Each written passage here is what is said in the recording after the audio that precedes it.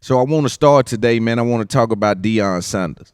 For those of you who have not watched, we got Dr. Umar Johnson and Loon debating Deion Sanders' move to Colorado State at It's Up There podcast live event. If you ain't never been to a live event, I advise you to get to a live event. The vibes is high.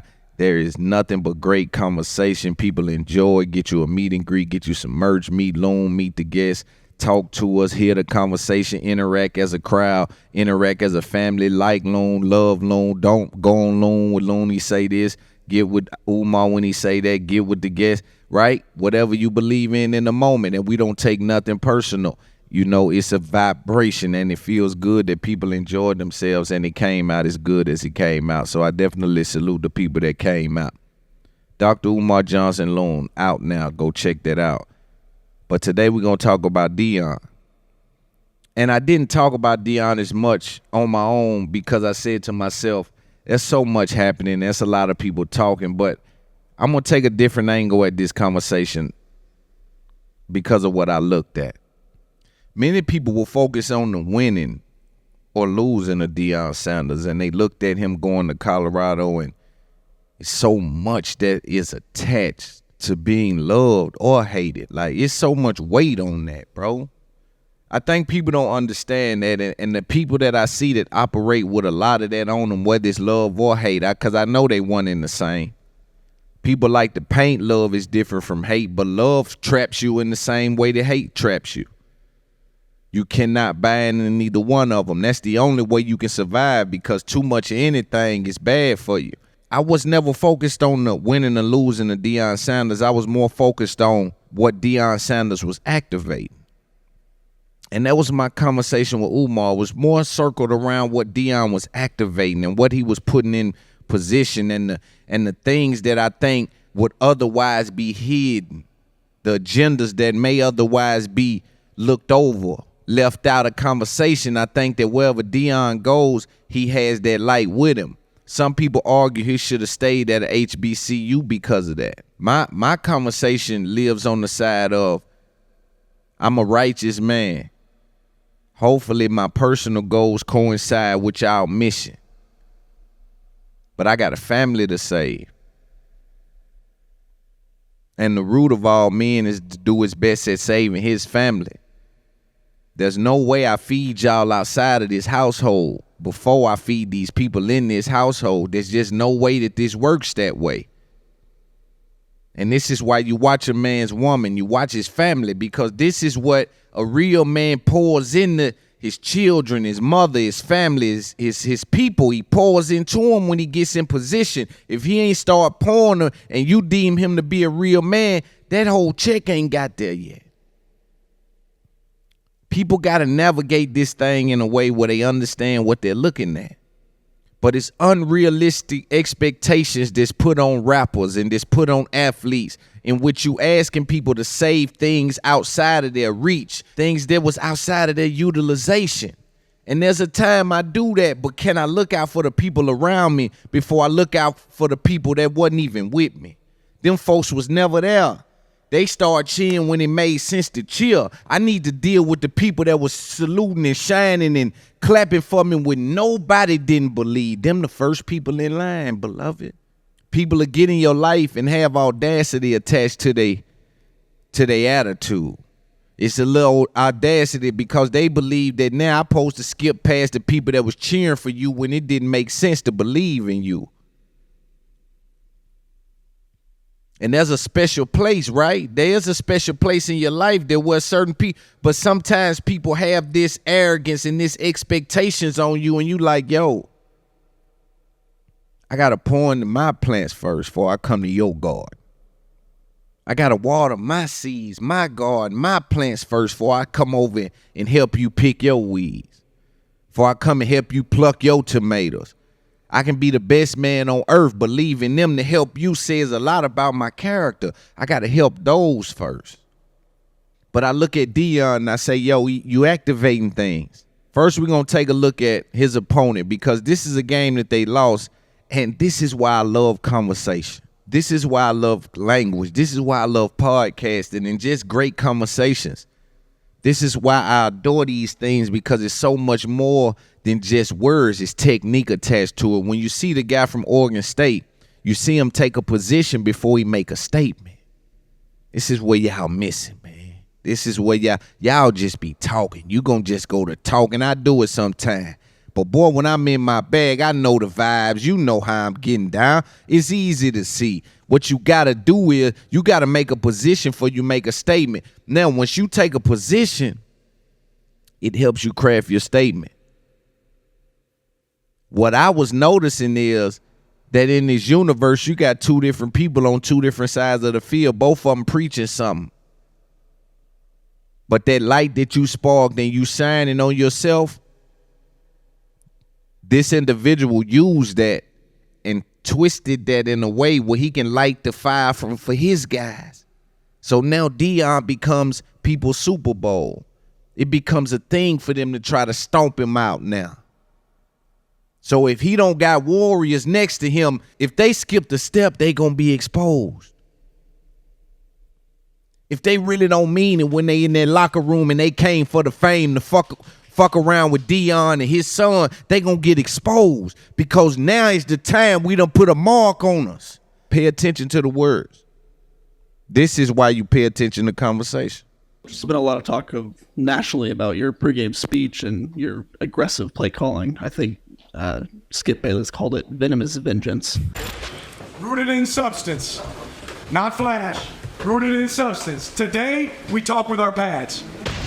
You talk with your helmet, right? Every moment. The Cinderella story is over, man. Right? They're fighting for clicks, we're fighting for wins. You know, there's a difference, right? There's a difference, right? This game ain't gonna be played in Hollywood, it's gonna be played on the grass, right? It's gonna be played on the grass.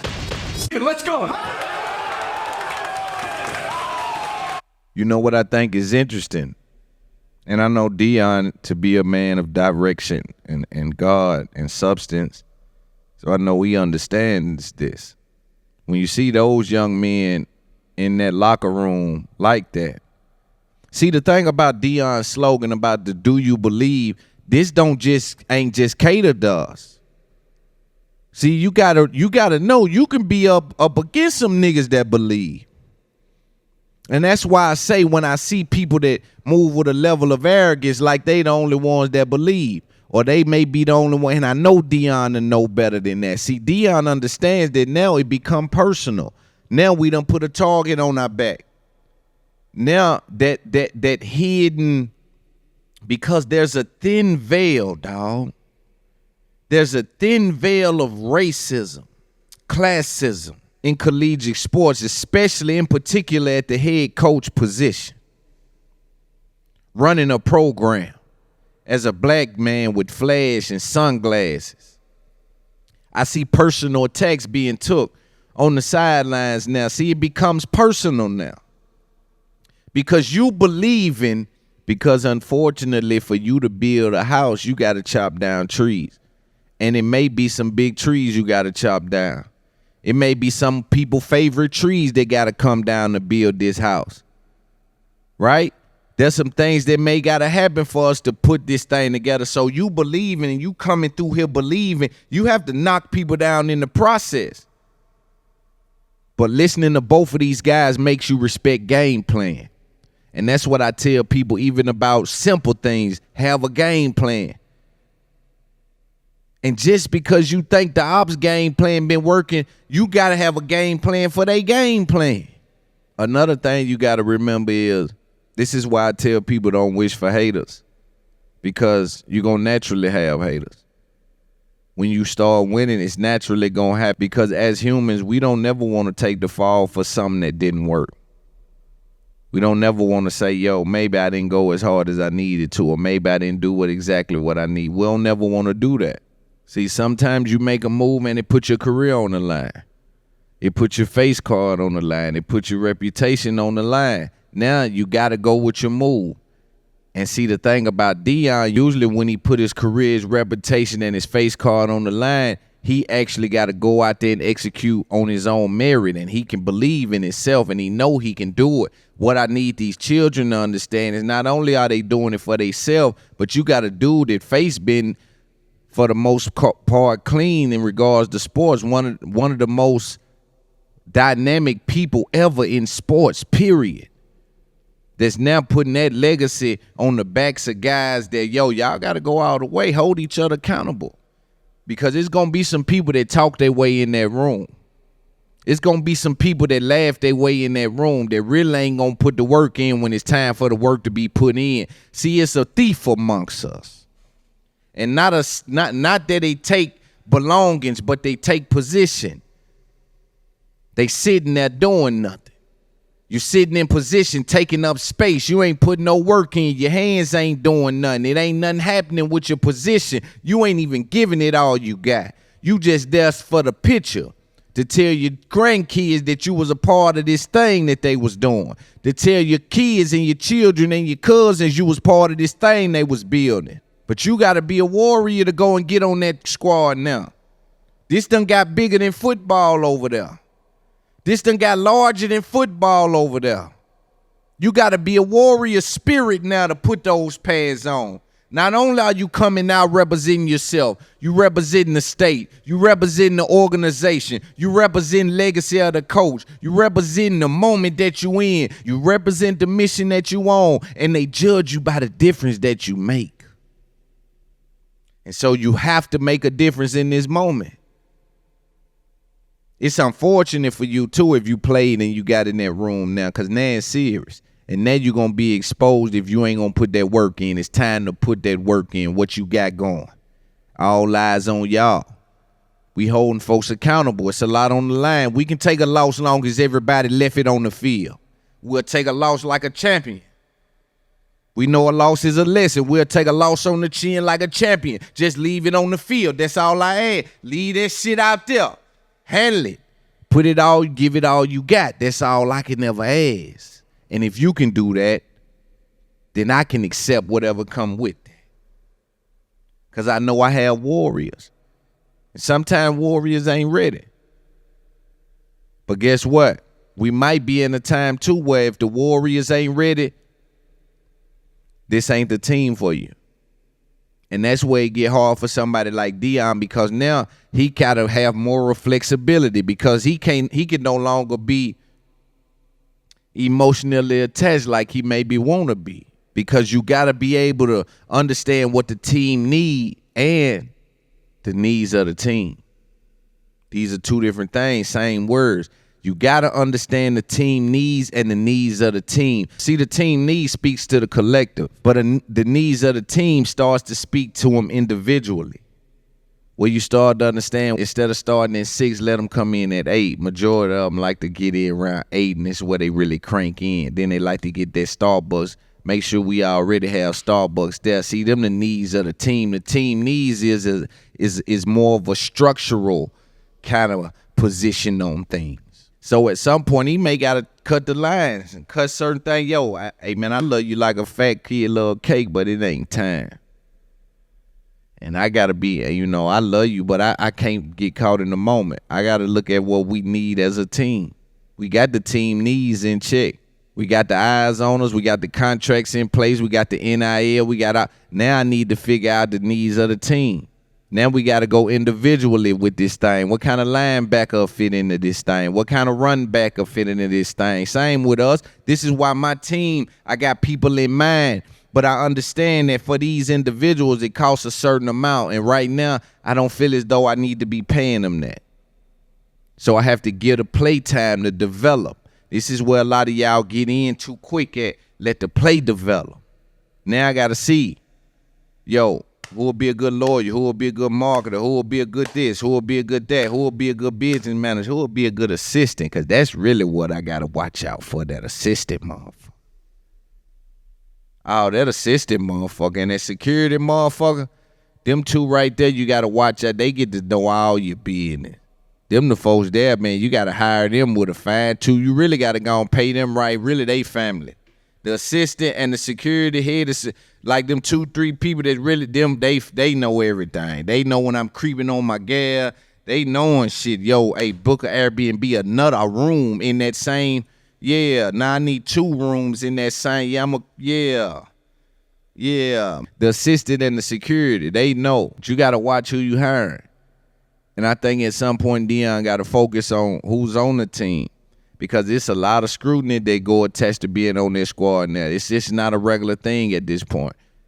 You got to be special to be in the moment in that position. Let's just go with this at this point. Unfortunately, for some people, the moment you have to watch from the outside. You know, the unique thing, and the reason you hear me talk about what these young men are going through in that locker room after they faced, I think they have a couple losses now. They playing USC today. Just want to date this so the conversation makes sense. When you hear it, you kind of know exactly where I'm pulling from. But what's taking place is there's a level of tenacity that's necessary, right? And I can relate to it, right? Because I come in podcasting with such a force. You see them huddle up. You see them start making plays, and you see them start to see. Again, I told you niggas what it feel like when it's crowded in the paint. There's a different level of skill set you got to have. And so now they think I'm making it crowded in the paint. Now you see them crafting defense around it. It won't work, but you see them crafting they 2-3 zones and they 3-2 zones. This is what they do to the people that crack the code and figure out how to get some money outside of that little structure they created in this industry. And oftentimes I speak for those guys, the guys that shoot from the perimeter, the ones they don't let get down there and get the easy baskets in this industry.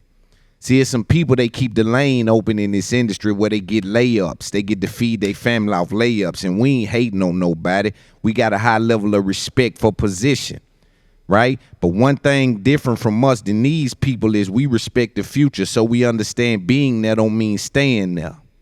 We get that, right? And there's a level of understanding we operate with. But the lane is open for some of these individuals just to make easy points and just score easy. Some of us got to shoot from the perimeter. And I'm dealing with haters. So I'm hitting shots. It's like hitting shots with the hand in your face.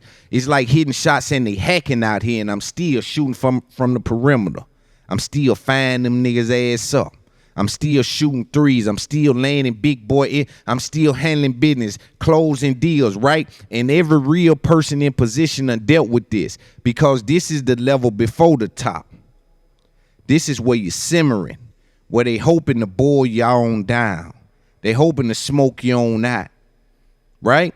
And I'm talking to somebody right now. And although we can shoot from the perimeter and score, you can ask Steph Curry what it's like 82 games to play the ball game from behind the perimeter. You can be a lethal shooter, but it's fatigue that go into that. And that's what I mean about just judgment in itself has a level of fatigue associated with it. And I think a lot of those young boys in that locker room, that's where they got to develop the skill set for, because everybody know how to run, pass, jump, and tackle. That's secondary. We got to develop the skill set to be able to walk through the fall, be able to trust the process, to be able to stand on what we said we were going to do. And the thing about when you talk real talk, it bleed from outside of that locker room. It apply to real life, right? So people got to understand when you sign up, when you put you better know what you signing up for. I said a long time ago, it's easy to do it when everybody cheering for you. I couldn't wait to hear a few boos because I wanted to make sure I was really what I was. I got to hear a few boos to make sure can you handle this? Is you built for this? You got to hear a few boos, right? I remember LeBron winning. He had never heard boo. You got to hear a few boos to know where you really stand, because you got to go against people that got a different plan than you. People that want it just as much as you. This is the only time you get to see when you really want it. Want to spend a little bit more time on judgment fatigue, the fatigue that's associated with judgment, right or wrong. Just judgment in itself. Just being judged by a lot of individuals every day, all day. When I look at some of my counterparts, I see why you better get some mental health together around here. You better build thick skin around here, because what happens is you're affected by it. And I'm talking about even if it's good. Even if it's good, you're affected by it. And it sways you. And it moves you. And next thing you know, you off course. You out here in the woods. You don't even know how you got here. But you was listening too much to the crowd. You had took the crowd in consideration just a little too much. When all is truly well, to God be the glory. Whatever state you catch us in, to God be the glory. You know the unfortunate reality about that locker room? Some of those guys are there just for the ride. And what you hope is, as a team, that this shit ain't contagious. This is why the first few people that I bring on, the screening process is so crazy. Because I know behavior is contagious. Then we got these cameras rolling. We got TV shows going. This is big business around here. But they saying we got to keep our head on football. Look like I need to clout chase a little bit, man. I'm a young 18, 19-year-old, 20-year-old. Man, I might want to clout chase a little bit, man. We got Netflix in the building. You got, these are the division elements that you got to worry about when you now bring Hollywood in the locker room. When you bring a force to your team, it ain't all bells and whistles. Here goes some of the things that you got to deal with from a psychological standpoint in that locker room. Some of these guys are here just for the ride, just for the history, just for the cameras, just for the, to meet the celebrities, to be a part of something. Like, some of these guys ain't here to fight. Some of these guys ain't here to fight. Everybody on my squad got to be here to fight. Everybody on my team got to be just like me, better than me. I'm really looking for folks better than me in all areas. That's what you make the money for, is to hire people that's smarter than you. This is what make the hiring process hard for people that's smart. Because what happens is you say, man, I don't need me pay. I can do that. I can handle that. Or we can handle that. And it's got to make sense. Now, if I was just a dummy, I'd be throwing this shit around like Frisbees. I just be throwing it here and there. I got to be smart with the moolah. I got to be smart with the money. How many people went to the club with y'all and didn't fight? How many people went to the party, didn't get on no girls? Or went to the, you know what I'm saying? I'm telling you, as much as we want to believe that every single person in our crew, every single person in our clique is going to do the exact same, is willing to go the exact length we willing to go for, unfortunately, a lot of times that just don't be the case. It's a blessing. We've been placed in a unique position. God is good. The universe is responding. We're coming off a live show. What's up, Patreon? This is a Patreon exclusive content where I'm only speaking to you.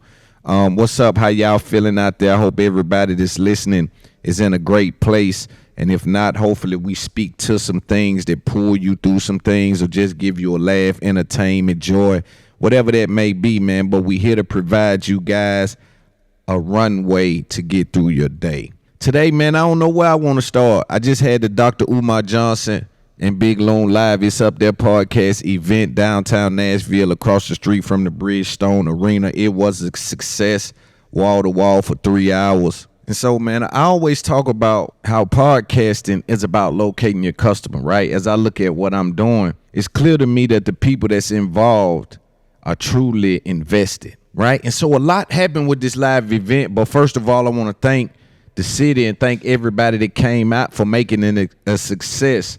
Me and Dr. Umar went through a list of topics, and man, it was great conversation. I always take a unique approach to this thing I'm building.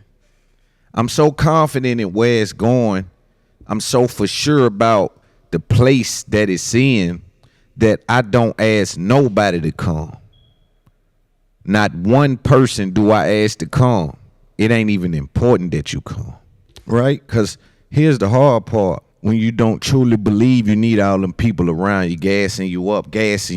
When you by yourself, or not necessarily by yourself, but when you going down a journey and you're not asking for support, and that support genuinely shows up, it's a different feeling. And so I'm wrestling with that side of it. But when you take a look at my live shows, my live events, anything I've ever done, I don't call around and tell the homeboys to come. I don't tell nobody to come.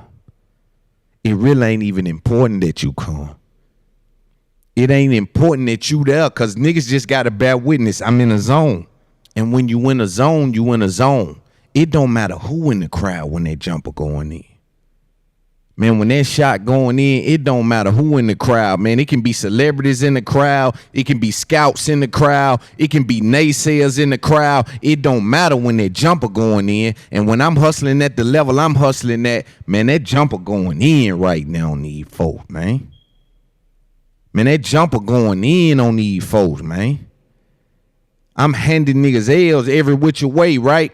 And so now I'm starting to learn how to put the internet in my trick bag, because either one or two things gonna happen wrestling with the internet. Either they gonna put you in the trick bag or you gonna put them in the trick bag. We ain't talking about real life and your real associates, but this internet world, you wrestling with a different kind of beast. And so you got to be aware of your opponent.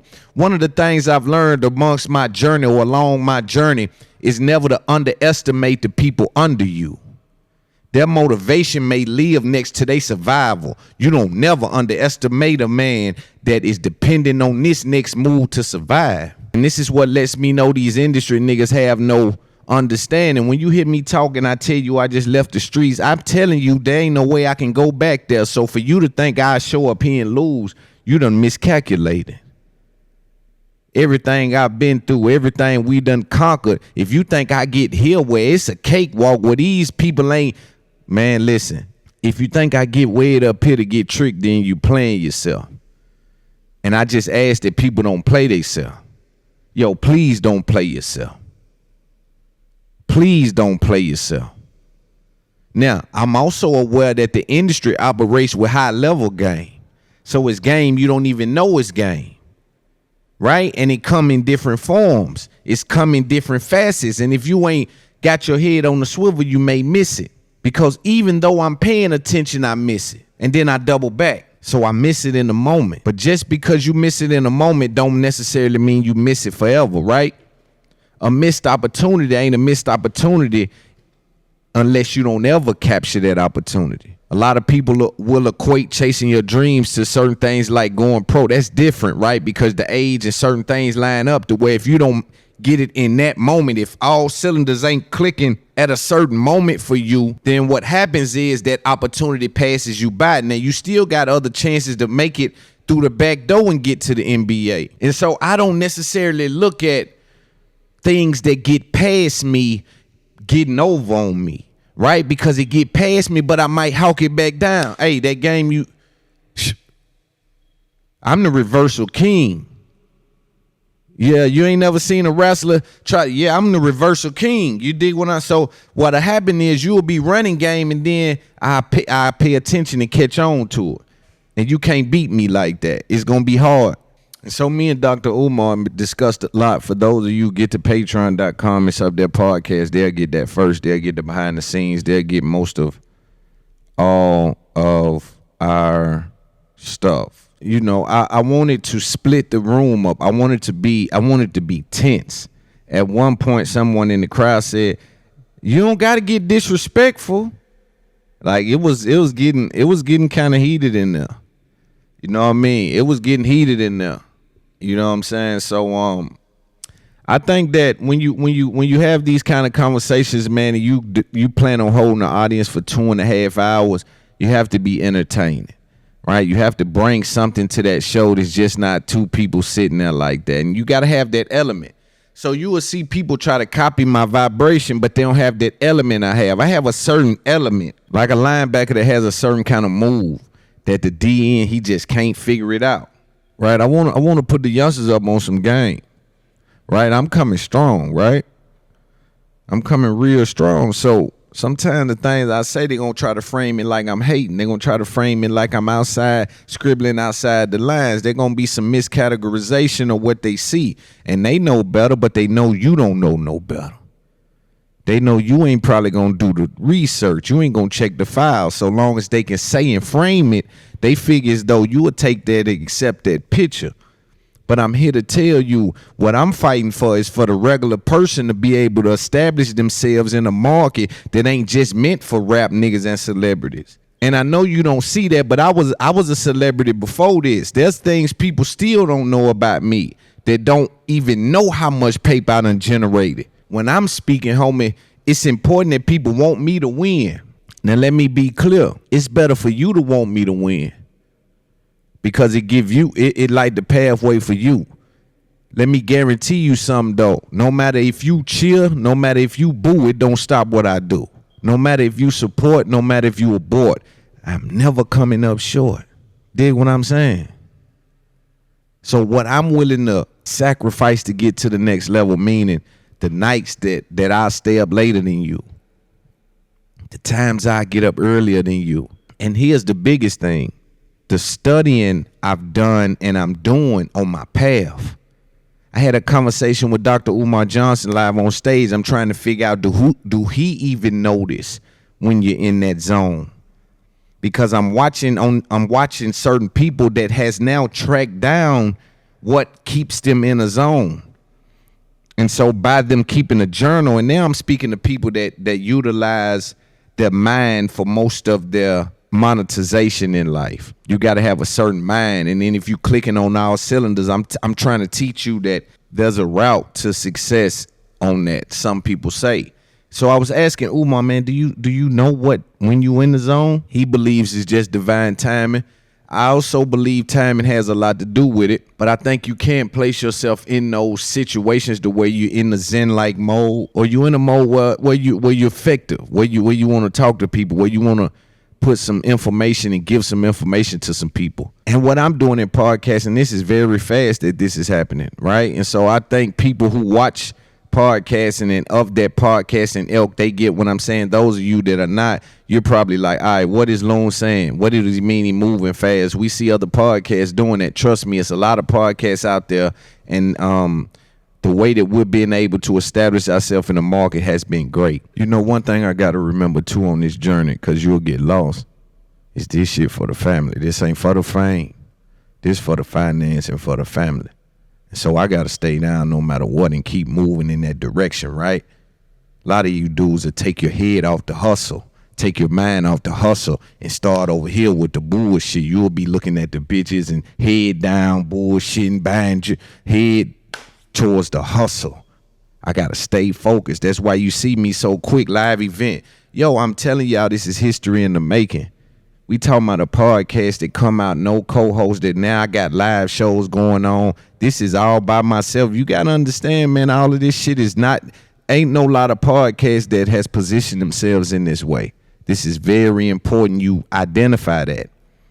Not only you, but I say that. And it's also important I identify, because what will happen is because I'm from the South, they'll try to throw this away, man. Get this out the building. Act like you don't see this, but it's too many real niggas that love Loon. It's too many baddies that love Loon. Let me get back to this. It don't matter who in the crowd, because my mind is made up, and that's the problem, and that's why you can't compete with dudes who mind is really made up.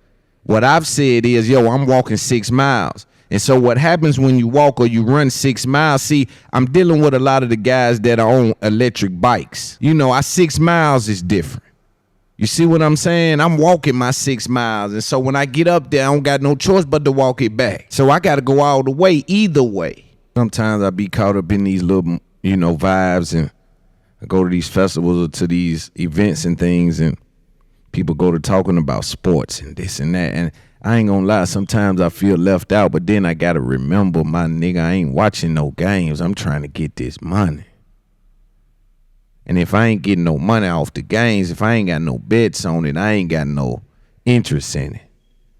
You know, the way my life is set up right now, man, we got to execute at a high level. Time being the only thing that we must consider every day, all day, because we will have a deadline and we don't know when it is. And so now I'm not watching no football.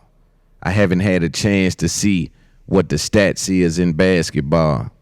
I'm more interested in how they maintaining their money management. What are they doing? What is the agents doing for the brand outside of it? What brand deals have they put in place? Any marketing opportunities? Have you capitalized on your relationship? Because it has a global reach. If you in the NBA or if you're in the NFL, have you did anything to make sure that they came back to the city you from, not the one you play for?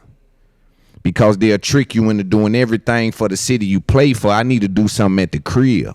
That's how you know giving back is business. But if you allow them to allow you to forget about your people, they don't care nothing about it, because they just need the picture you giving back. They don't give a damn who children it is. But you can create and you can direct them to go back to where you come from with that paper.